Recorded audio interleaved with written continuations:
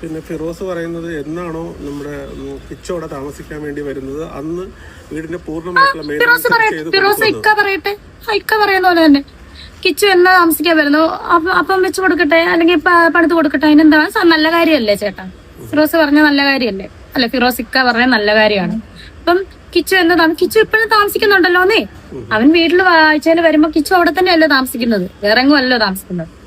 പിന്നെ അത് അയാളുടെ ഇഷ്ടമല്ലേ, അയാള് എപ്പം വെച്ച് കൊടുക്കുന്നു, അതൊക്കെ അയാളുടെ ഇഷ്ടമാണ്.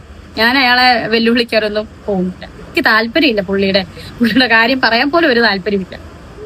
രേണുസുതി എത്ര അന്തസ്സായിട്ടാണ് കാര്യങ്ങൾ സംസാരിക്കുന്നത്, എന്നാലും ജനങ്ങൾക്ക് പറഞ്ഞാൽ മനസ്സിലാവുന്നില്ല.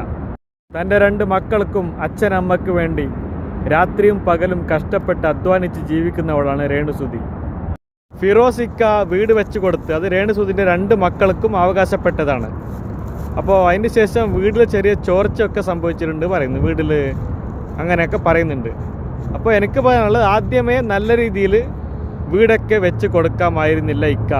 രേണുസുതി സ്വന്തം അധ്വാനിച്ച് അതിൽ നിന്ന് വന്ന കാശ് കൊണ്ട് സ്വന്തമായി വീടുണ്ടാക്കി അവിടെ താമസിക്കുന്നതാണ് ഏറ്റവും നല്ലത്. അവരെ ഫാമിലിയായി താമസിക്കുന്നതാണ്. രേണുസുതിൻ്റെ 2 മക്കളും അച്ഛനമ്മയും എല്ലാവരും ഒരുമിച്ച് സ്വന്തമായ വീട്ടിൽ താമസിക്കുന്നതാണ് ഏറ്റവും നല്ലതെന്നാണ് എൻ്റെ ഒരു അഭിപ്രായം, എൻ്റെ ഒരു നിലപാട്.